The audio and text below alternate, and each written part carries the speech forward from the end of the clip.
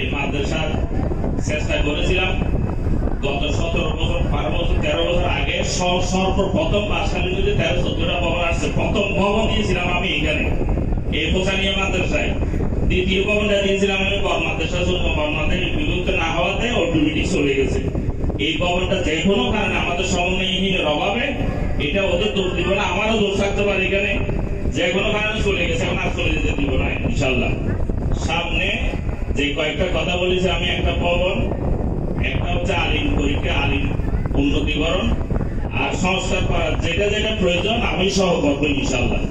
এটা করতে হবে এবং করবো ইনশাল্লাহ, এটা আর কোনো কথা নেই, বিকল্প কোনো কথা নেই। সুতরাং আমি সার্বিক চেষ্টা করবো কি করতে পারে দেখি হুজুরদের সাথে বসে। এরা আমাদের আসলে এই হোসানিয়া মাদ্রাসা আমাদের সম্পদ, এটা সরুয়ার সম্পদ, এটা আমাদের গর্বের।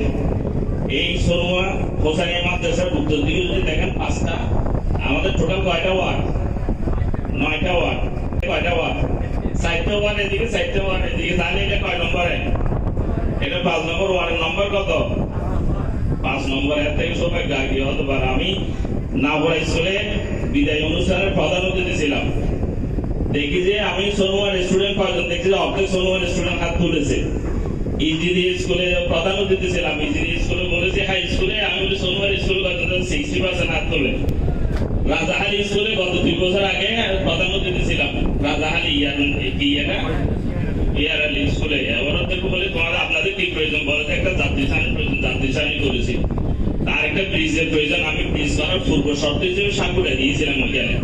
স্টুডেন্ট কয়জন বলেছে 70% সোনোয়ার স্টুডেন্ট, রাজাহালি 70%, আর 40% ফুজুরি, সব মিলে ফুজুরি আর 40%।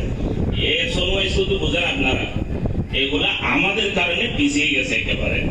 আমি বলবো হোসানিয়া মাদ্রাসা অসম্ভব একটা সুন্দর জায়গার মধ্যে এটা প্রতিষ্ঠিত।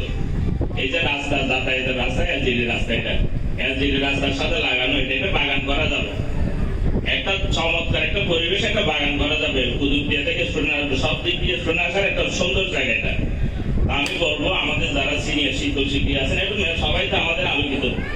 উনি আমার বড় ভাই আবু সালে, আমরা ছোটবেলা দেখি ওনাকে বড় হিসেবে দেখেছি। এখানে মেধাবী শিক্ষক সবগুলো সম্মানিত করেছেন।